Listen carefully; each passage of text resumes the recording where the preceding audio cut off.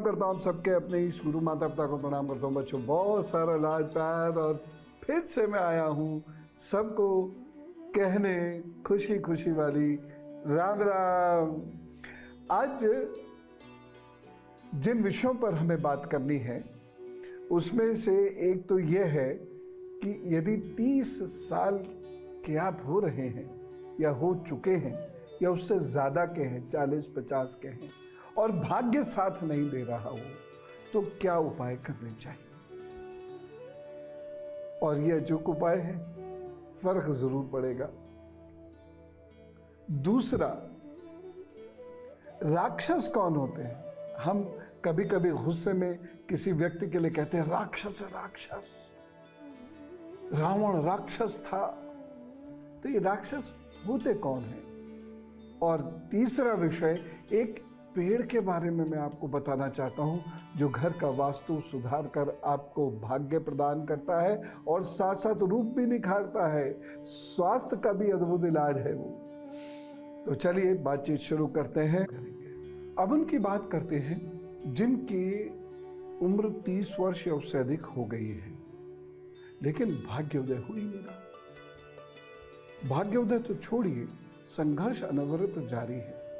हाँ, मैं इसमें उन लोगों की बात नहीं करूंगा जो मेहनत नहीं करते, दूसरे पे डिपेंड रहते हैं। उनकी बात करने से फायदा ही क्या। जो अपना भला नहीं कर सकता उसका भला कौन कर सकता है। ठीक है, मैं एक कहावत भी है ना, God helps those who help themselves. तो आप अपनी मदद करने के लिए कर्म तो करिए, बाकी देखा जाएगा।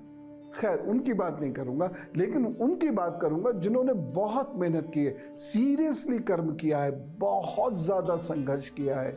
उसके बावजूद वो 30 और 30 से अधिक हो चुके हैं लेकिन अभी आम से भी आम जिंदगी, खास तो छोड़ दीजिए, आम से भी आम जिंदगी बिता रहे हैं। ऐसे लोगों को क्या करना है।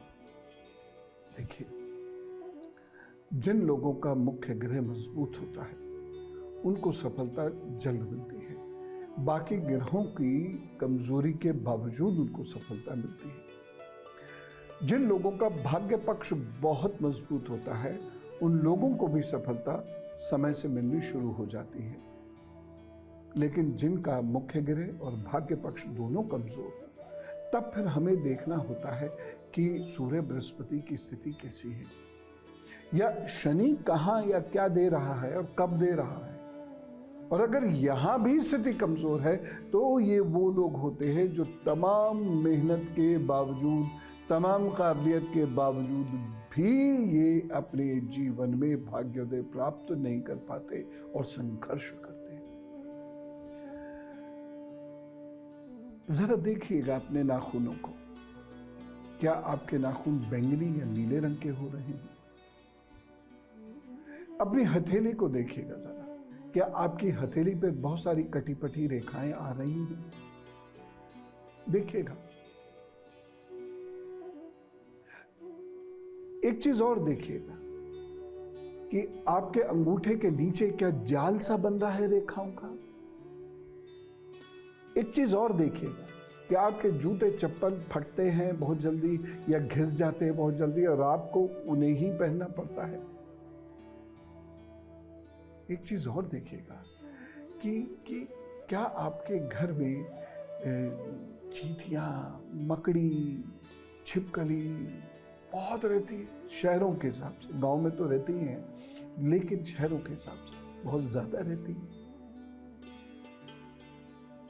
क्या आपके घर में पेड़ पौधे चलते नहीं, बहुत जल्द जल्द सूख जाते हैं।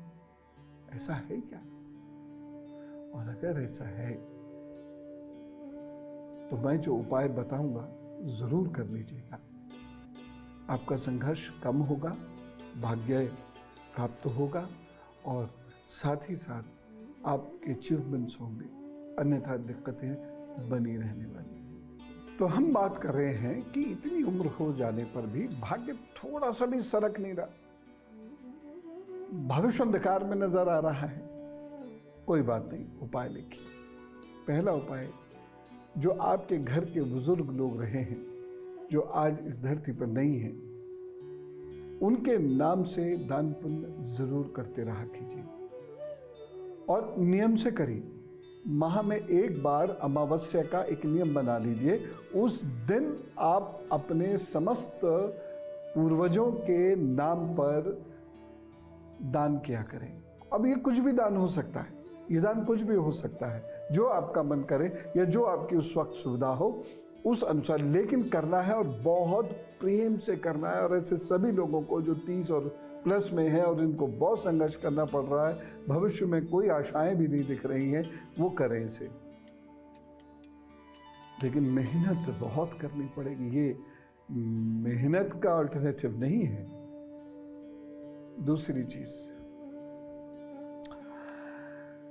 कुत्तों को आप रोटी देना शुरू करें और 2-3 दाने चीनी के उस पर डाल दें, बस इससे ज़्यादा नहीं, क्योंकि कुत्ते को खुजली हो जाती है। मीठा उसको ज़्यादा नहीं खिलाना चाहिए, बस 2-3 दाने, बस इतना भर आटे में ही डाल दीजिएगा 2-3 दाने और छोटी छोटी 2-3 रोटी बना के कुत्तों को दे दिया कीजिएगा। और ये करते रहिए, बस करते रहिए। कभी बहुत मजबूरी हो, नहीं कर पा रहे हैं तो छोड़ दीजिएगा, बाकी करते रहिए। एक चीज़ और, ऐसे लोगों को विनायक चतुर्थी के दिन या गणेश चतुर्थी के दिन प्रतिमा गणपति अथर्वशीर्ष का पाठ अवश्य करना चाहिए, भाग्य जोर पकड़ लेगा। घर में एक गमला लीजिए, उस गमले में पीपल रखिए और रोजाना उसे सींचा कीजिए। अब साफ बहमी लोग क्या, घर में पीपल नहीं रखते हैं, क्यों? उसमें भूत आता है, भूत आ जाता है पीपल रखने पर, घर तहस नहस हो जाता है।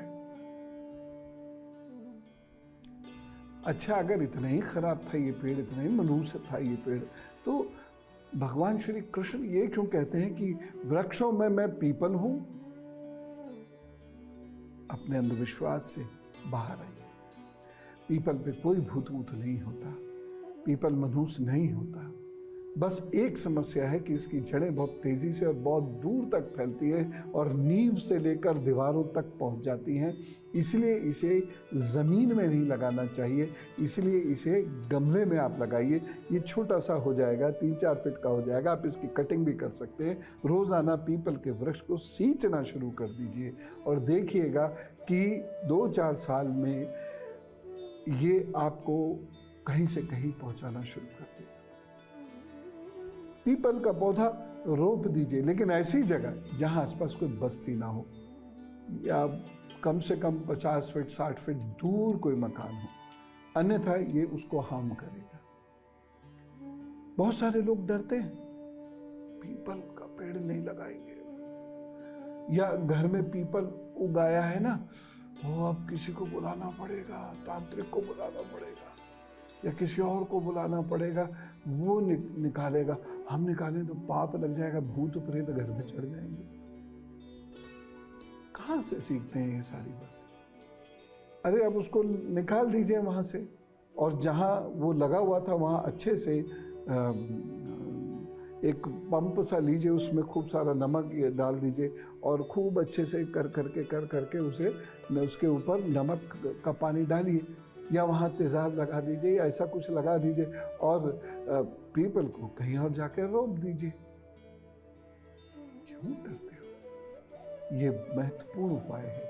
30 के बाद भी खासतौर से 34-36 भी हो गए, कुछ नहीं हो रहा है, तो ये उपाय बहुत कामयाबी दिलाएगा। एक और उपाय लिखिए, पीले कपड़े में रत्ती के दाने ले लीजिए 10-20, और पीतल अथवा सोने की कोई चीज ले लीजिए और ये सारी चीजें पीले कपड़े में बांधकर सिरहाने रख लिया कीजिए। बस देखिए, तरक्की जरूर होगी, बहुत सारी परेशानियां जीवन की आपके शांत होंगी। मैं उन लोगों की बात करता हूं जो 30 से ज्यादा हो चुके हैं, 36, 40, 45, 50 साल के, लेकिन भविष्य अंधकार में है, कुछ समझ नहीं आ रहा क्या कर रहे हैं या क्या करना है, सारा जीवन संघर्ष में निकलता जा रहा है।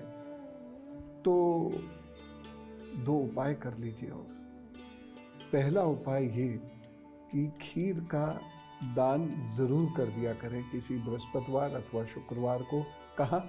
या तो किसी मंदिर में दे दीजिए या ऐसी जगह पर कहीं दे दीजिए जहाँ साधु रुकते हैं या साधु रहते हैं, या उन्हें दे दें। दूसरा उपाय, ऐसे लोगों को एक काम जरूर कर लेना चाहिए।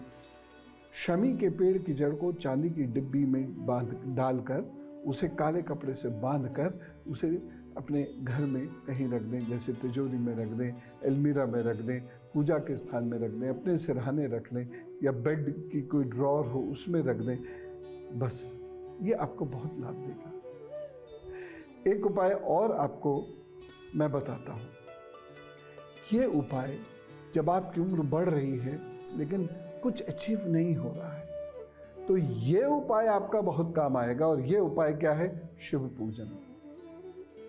शिव जी की पूजा कीजिए, उत्तर की ओर मुंह करके नमः शिवाय का जप कीजिए। रुद्राक्ष की माला पहनिए, 0 नंबर की माला जिसमें जो 5 मुखी होती है उस माला को धारण कीजिए, या 0 नंबर की माला हो, और अगर वो 1 मुखी हो तो बहुत अच्छा है, हालांकि मुश्किल से मिलती है, या बड़े दाने की माला भी है तो, और अगर वो 11 मुखी या 14 मुखी मिल जाए तो फिर क्या कहना, कल्याण होगा ही होगा। मैं आपको एक और बहुत ही विशेष उपाय बताऊंगा, लेकिन फिलहाल मकर, कुंभ और मीन राशि का हाल बताने के बाद। मकर राशि एक उपाय है जो बहुत जबरदस्त है, उसने लाखों लोगों का भला किया, आपका भी करेगा।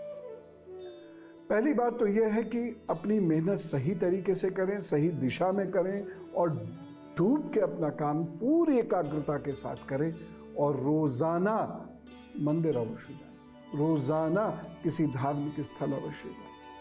अब जिस धनपंथ को मानते हो रोजाना वहां जाएं, और वहां जाकर वहां की कुछ सेवा करें, छोटी बड़ी जैसी भी हो सकती हो वो सेवा करें। आप देखिएगा भाग्य पलटेगा। अब कितना पलटता है ये बात आती है। बहुत सारे लोग जब उपाय करते हैं तो उनके भाव में अश्रद्धा होती है, श्रद्धा नहीं होती है। उनकी सोच में वह धार्मिक कर्म होता ही नहीं है, वो बस मजबूरी से या किसी के कहने से बस ठेले जा रहे हैं, इसीलिए उनको लाभ नहीं होता।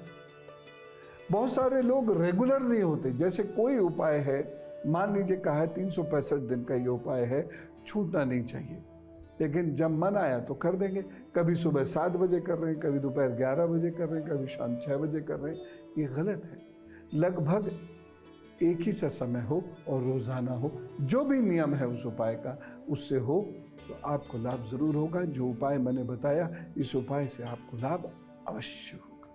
और अब धर्मशास्त्र में हम आज बात करेंगे, ये राक्षस कौन है। सामान्यतः ये मान लिया जाता है कि ऋषि पुरुष के जो वंशज हैं उन्हें हम राक्षस कहते हैं। नहीं, ऐसा नहीं है, ये गलत है।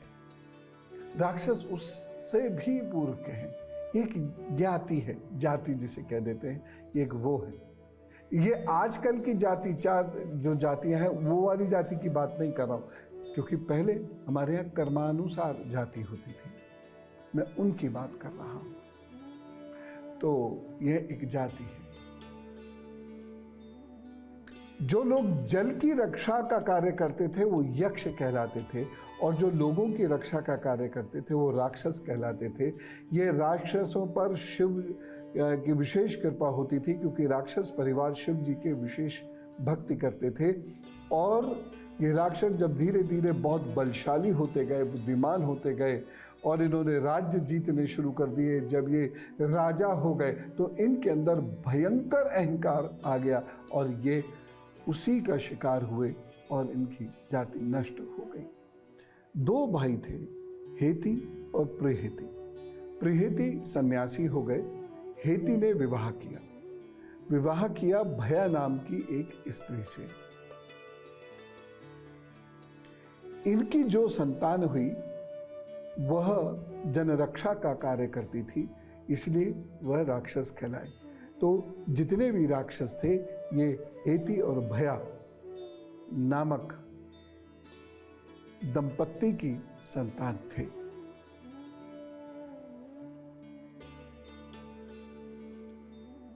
ये जो जाति थी, इसकी जो रेस थी, यद्यपि उसकी रेस का पूरा ज्ञान नहीं, लेकिन ये लोग बड़े बलिष्ठ होते थे। इनका कद आदि बहुत पुष्ट होता था, शरीर सौष्ठव इनका बहुत अच्छा था, और इसीलिए ये जनरक्षा का कार्य करते थे। ये शिव के पूजक थे, शिव जी का इन पर विशेष वरदान हुआ करता था। इनमें से कालांतर में 3 राक्षस, माल्यवाल, सुमाली और माली, इन तीनों ने कहा कि उनको रहने के लिए एक विशिष्ट स्थान चाहिए। किससे कहा? विश्वकर्मा जी से कहा, जो सबसे पहले आर्किटेक्ट थे। उन्होंने भारत के दक्षिण हिस्से में एक स्थान देखा जहां पर 2 पर्वत थे, त्रिकूट और सुवेल। यहां इन्होंने 100 योजन लंबी और 30 योजन चौड़ी एक दीवार बनाई और उसके भीतर लंका बसी और पनपी। 1 योजन में लगभग 13 किलोमीटर होते हैं। उस अनुसार इसको कैलकुलेट कर लीजिए कि इतना बड़ा त्रिकूट पर्वत, और उसको चारों तरफ से उन्होंने इस तरीके से घेर कर यह लंका के लिए दीवार बनाई, और इसके अंदर लंका पुष्पित पल्लवित हुई, ये फैली, और इतनी भव्य थी ये लंका, अयोध्या से भी ज़्यादा भव्य थी।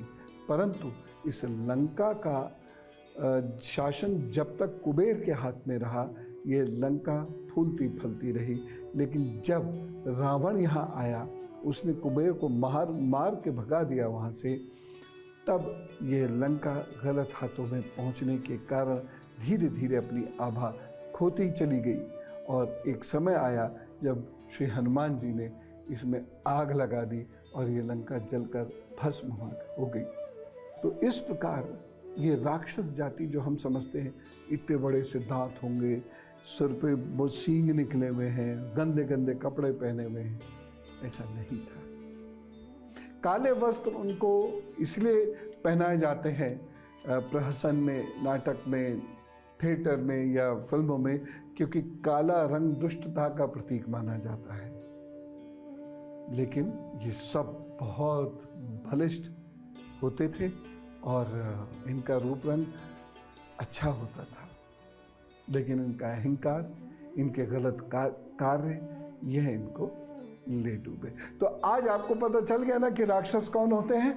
अब सबको बताइएगा, और मैं आपको बताता हूं गुरु मंत्र।